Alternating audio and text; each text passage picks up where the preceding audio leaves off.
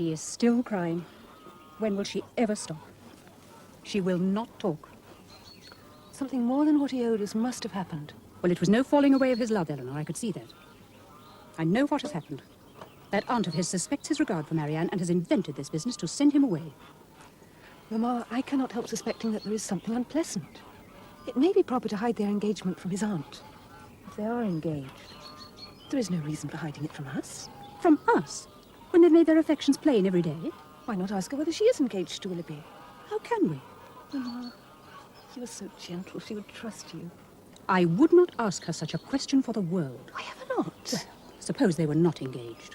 How it would pain her to admit it. But then she must have the less to grieve for. And if she and her lover have their secret, who am I to pry? It would be cruel. I should never deserve her confidence again. Then there is only one physic for her. Activity. You ought to take up your music again. Yes. I'm sure we can find a good teacher in Exeter.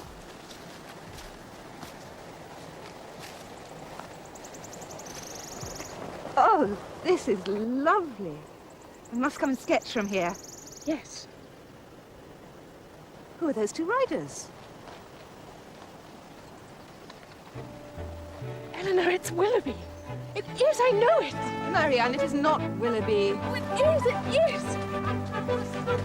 Oh, you haven't. I knew he'd come. Mr. Ferris. Miss Marianne. Miss Eleanor. And do you come from London, Edward? No, thank you.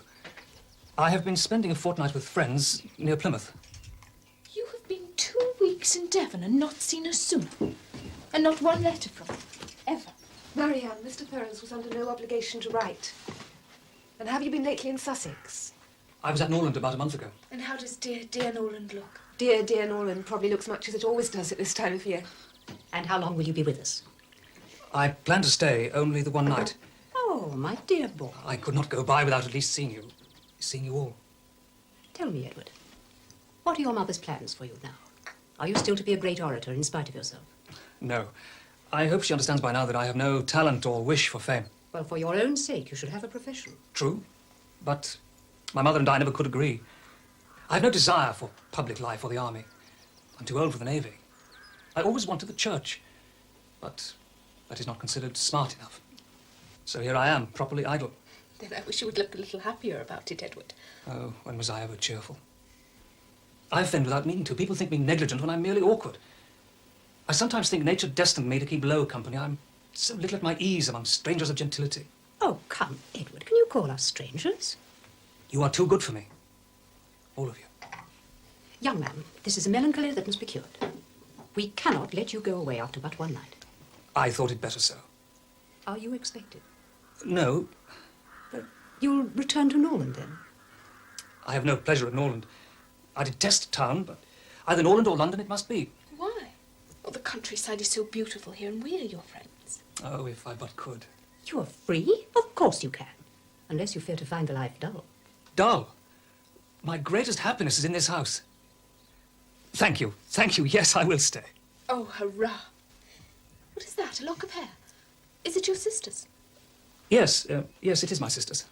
I thought her hair was darker. Well, I suppose it changes colour with the light. Mother, I have not tried on my new dress yet. I'm sure Edward will forgive the two of us if we go upstairs for a few minutes. Oh, of course, dear. Eleanor, tell Edward about your sketching.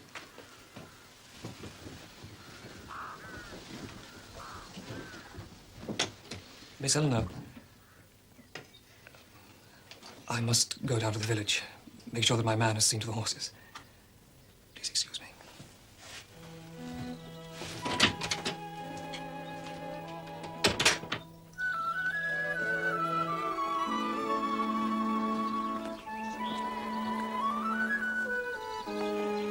You are not bored, Edward.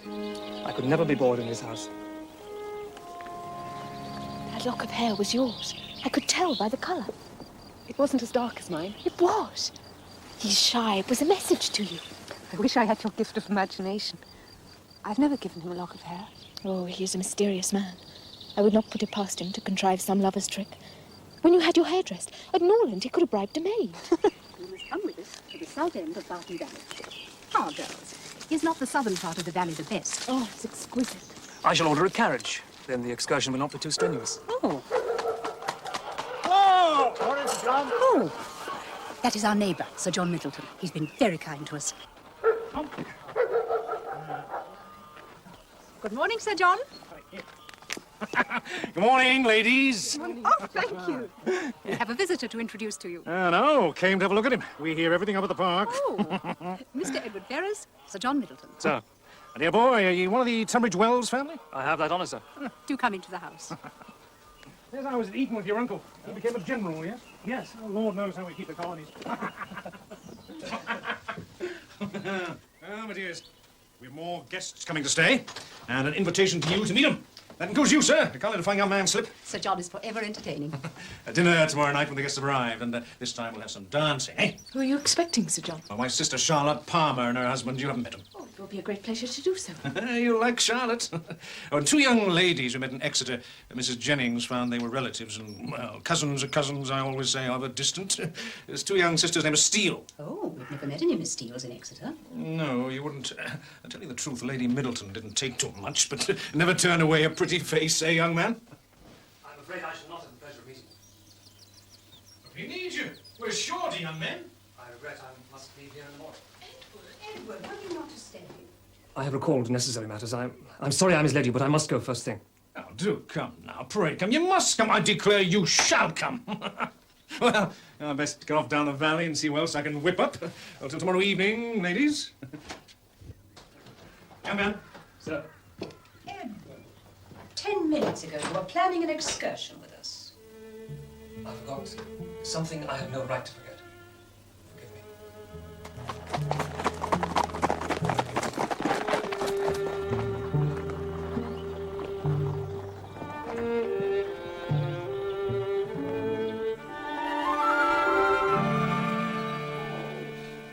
You are really? Oh, I'm so glad you could come early. And come along, my dears. You must meet my younger daughter and her husband, Mr. and Mrs. Palmer of Cleveland. Charlotte, madame, this is Miss Dashwood and Miss Marianne Dashwood. I feel I know you both already after all that I've heard. How do you do? And behind that newspaper is Mr. Palmer. How do you do? Come and sit down, my dears. You may believe how glad I was to see Charlotte, although maybe she should not have travelled in her condition. Is there any news in the paper? None at all. Has anyone interesting arrived in town, Mr. Palmer? Mr. Palmer doesn't hear me. He never does. Isn't he droll? You have yet to meet the Miss Steeles. They're on the lawn. I confess I was a little anxious before they arrived. Not a genteel upbringing, I feared. But they are so fond of children, and my little darlings adore them. Oh, look at little Anna Maria. William is so enjoying himself. Perhaps Miss Steeles would prefer to meet us a little later. True, they are not even changed for dinner. The dear children are becoming overheated. Robbins, take them upstairs. I had better go up to the nursery. Amuse yourselves. Oh, Miss Dashwood, do pray sit down. Thank you. Mr. Palmer, why don't you put away that newspaper and abuse us ladies? That is an ill-bred remark, madam. Abuse me as much as you like. You have taken Charlotte off my hands, and you can't give her back again. What the devil does Sir John mean by not having a billiard room in his house? Oh, merry and bright, eh? All met each other good friends? Oh, why no smile, Miss Marianne? Is it the absence of a certain young gentleman from Allenham? Oh, pray do not be shy before us. Mr. Willoughby's little estate is near ours, not more than 10 miles off. That means 30, of course. Well, there is not much difference. I never was at his house, but they do say it is a pretty place. As vile a spot as ever I saw in my life. Poor Mr. Palmer, always out of humour. He's been so busy, you see, canvassing to get into Parliament. and he is forced to make everybody like him. There was talk of me marrying Colonel Brandon at one time, but Mamma objected to it. Still, I am happy as I am. Mr. Palmer is just the kind of man I like. I never met your Mr. Willoughby, but all speak well of him, and Mamma tells me that you and he are to be... Excuse me, she's not very well.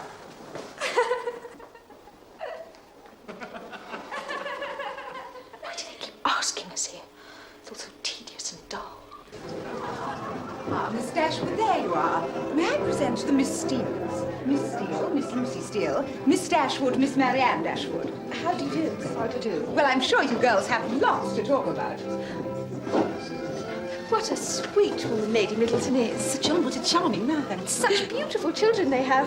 I quite dote upon them already. I should suppose so, from what I saw upon the lawn this afternoon. I have a notion that you prefer to see children tame and quiet. I must confess that when I am at Barton Park, I never think of tame and quiet children with any abhorrence. How do you like Devonshire, Miss Dashwood? I suppose you were very sorry to leave Sussex. I was. Northern is a prodigious beautiful place, is it not? I think everyone who has seen it has admired it. You had your great many smart bows there. Lord Anne, you're always talking of bows. You must not ask the Miss Dashwoods that. I fear I cannot tell you, for I do not perfectly understand the meaning of that word. I have not had the pleasure of visiting Norland, Miss Dashwood, but I long to do so. Do you? Oh, yes, one who knows it intimately has told us so much about it. But I'm aching to dance. Come on. The bows are waiting for us.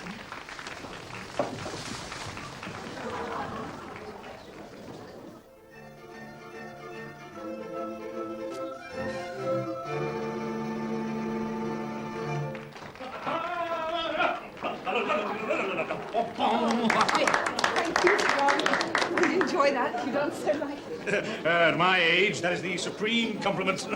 I hope I consoled you a little for the absence of a certain young man whose name begins with F. Oh, Miss Marianne, you doing the honour, huh? Very well.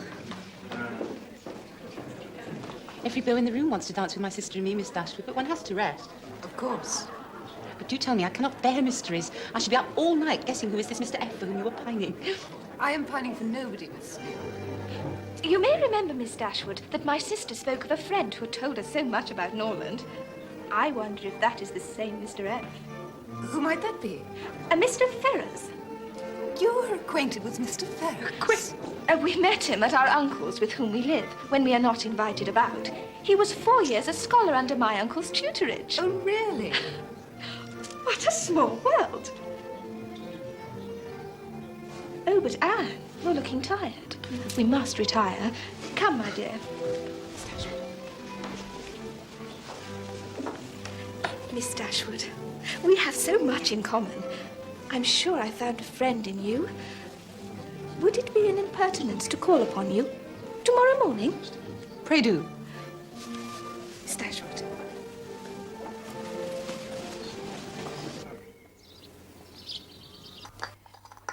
You may find this question surprising, but pray, are you acquainted with your sister-in-law's mother, Mrs. Ferrers? I have never seen Mrs. Ferrers. Indeed. I thought you must have met her sometimes at Norland. Then perhaps you cannot tell me what sort of a woman she really is. I know nothing of her. I'm sure you think me very strange for asking, but there are reasons. Wish I could tell you. Please believe that I do not mean to sound impertinent. I cannot bear to have you think me impertinent. There is no one whose good opinion I so much want, and I am sure I can trust you. I am surprised. Until last night, I never understood you were at all connected with that family. Mrs. Ferrers is nothing to me at present, but the time may come when we may be very intimately connected. Are you closely acquainted with Mr. Robert Ferrers? Robert Ferrers? That great coxcomb? Although I've never met him. No. With his elder brother, Edward. Edward? I have been engaged to him these 4 years. Oh, yes. When he was at my uncle's. It has been a great secret. Only my sister knows, and I rely upon your secrecy. I do not think Edward will mind you knowing, for he looks upon you and Miss Marianne as quite his own sisters. pretty garden. Maybe go out and see it. I was very young and unwilling to venture into it, but I loved him too well to be as prudent as I ought to have been. Although you do not know him as well as me, Miss Dashwood, you must be aware how capable he is of winning a woman's heart. Certainly. You must keep my secret. If it should reach his mother, she would never approve. Your secret is safe with me. I was afraid you would think I was taking a great liberty with you. I've not a soul whose advice I can ask. I only wonder that I'm alive after these 4 years. He hardly ever comes. Sometimes I think it would be better to break it off. But then, he would be so unhappy. So would I. Sure, I wonder that my heart is not quite broke. What shall I do? I'm sorry, I can give you no advice. He came to see you recently, did he not? Until then, he'd been spending a fortnight with us in Plymouth. He was heartbroken to leave. Did he not seem in low spirits when he came to you? I gave him a curl set in a locket. Perhaps you saw it when he was here. I did. I must go. I am glad we've talked. I knew you would understand. Good day, Miss Dashwood. Good day. Now, ladies, who is for cards? We might play a rubber of casino. Just the thing, I said. I would be delighted. Lady Middleton, I must finish dressing the doll that I promised your angelic Anna Maria. Very well. Do not hurt your eyes. There is still much to be done. Perhaps I may be of some help to Miss Lucy. You are very kind. Sit by me, Miss Eleanor, and help me dress the doll. So good of you to organise a ladies' evening, dear. Much as we enjoy the company of the gentlemen. Stevens. Thank you.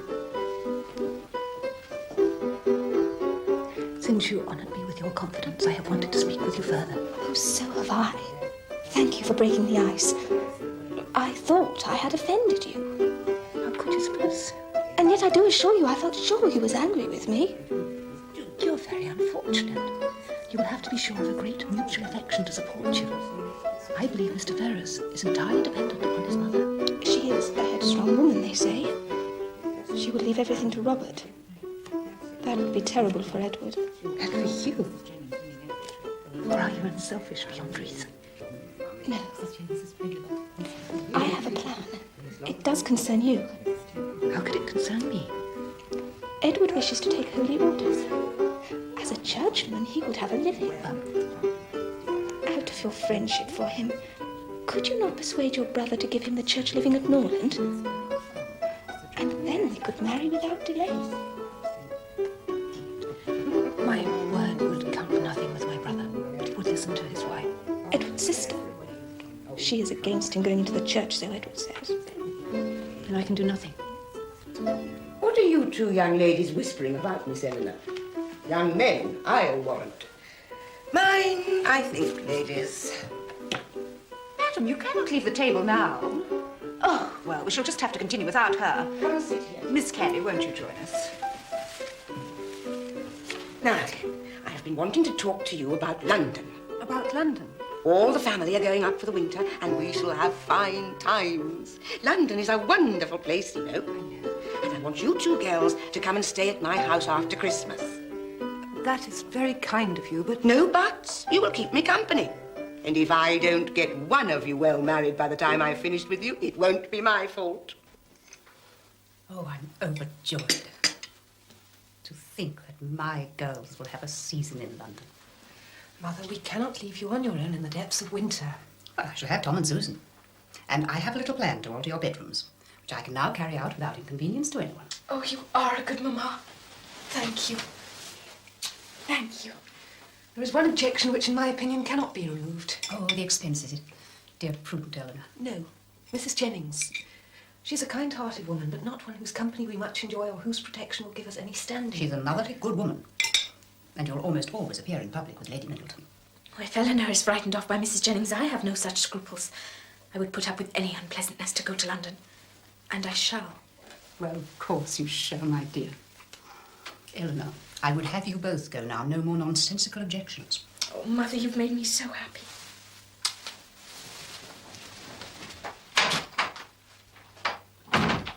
You know very well why she isn't arranged to go to London. I imagine Mr. Willoughby is there. Not one word or letter has she had from him since he ran off. Not one. You would not have her pursue him. I want her happiness, Eleanor. I would not stand in her way. Excuse me.